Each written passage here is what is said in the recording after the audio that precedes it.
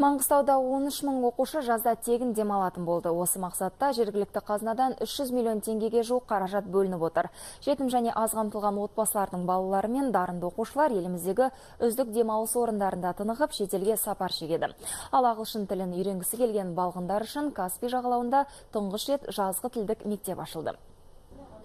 Жазғы мектепте оқушылардың уақыты қызықты әрі мазмұнды өтіп жатыр. Жаңа технология, роботты техника мен ғылыми жұмыстармен айналысып, теңіз жағалауына шығып сурет салады. Оқушыларға Назарбаев зияткерлік мектебінің ұстаздары ағылшын тілінде сабақ береді.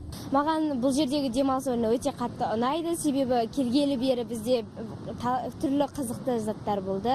Және де осы ағылшындармен бірге біз тілдер үйреніп, тілімізді дамытып жатырмыз. Теңіз жағасына келіп демаламыз, немесе тағы да басқа жерлерге барып экскурсия жасаймыз.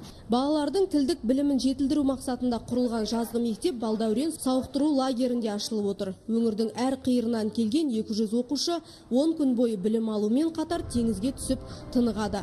Өнер сайыстары мен спорттық шараларға қатысып сан қырынан танылады. Балалар емін-еркін бара киім үлгісінде, одан кейін барлық енді сабақты іс-әрекетке негізделген. Балалар яғни өз қимылмен, өз іс-әрекетімен жасайды, және балаларға ешқандай баға қойылмайды, ешқандай үй тапсырма берілмейді. Негізі баланы ғылымға деген қызығушылығын арттыруға бағытталған, фокусы сода тұрған сабақтар.